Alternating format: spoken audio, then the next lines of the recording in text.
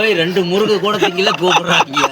இங்கே முறுக்கு திங்கவும் வரல, சிலேபி திங்கவும் வரல, நான் போகிறேன் அப்படின்ட்டு ஓடியாட்டேன். ஆனால் நீங்கள் நிம்மதியாகவே இருக்க முடியாது. ஆமாம், போய் அப்போதான் முறுக்கு உடச்சி வச்சு இப்படி தின்னு இருக்கிற. ஏனுங்க இதே எப்படிங்கிறீங்களே, நைட்டெல்லாம் எப்படி? ரொம்ப சிரமம் தான். நைட்டு போட்டுக்கிட்டு அவங்க நீங்கள் உங்களை நினச்சா எனக்கு ரொம்ப, அதாவது என்றைக்குமே பப்ளிசிட்டி ஆகக்கூடாது. அதாவது நீங்கள் வந்து பப்ளிசிட்டி ஆகிட்டீங்க, யூடியூப்பு ஃபேஸ்புக் இதுலாம் ரொம்ப ஃபேமஸ் ஆகிட்டீங்க. சும்மா சும்மா சோறு திங்கில கூப்பிட்றாங்க, முறுக்கு திங்கில கூப்பிட்றாங்க. வரலைன்னு சொன்னால் கோவப்படுது அந்த அம்மா.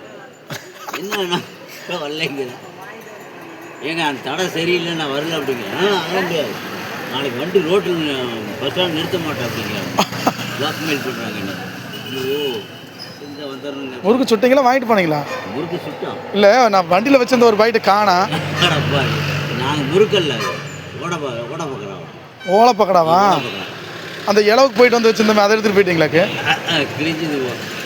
என் முன்னாடி காலையிலேருந்து வரிஞ்சு கட்டிட்டு சுட்டு இருக்கிறேன். நீ இப்படி ஓலை பார்க்க அது கொஞ்சம் கொண்டாந்துருக்கலாம். இல்லை அது உண்மையாக சுட்டதா இல்லை அது வேறு ஏதாவது? அதையும் என் நம்ப என் வண்டியில் வாங்கி வச்சுருந்து நீங்கள் எடுத்து கொண்டு வீட்டுக்கு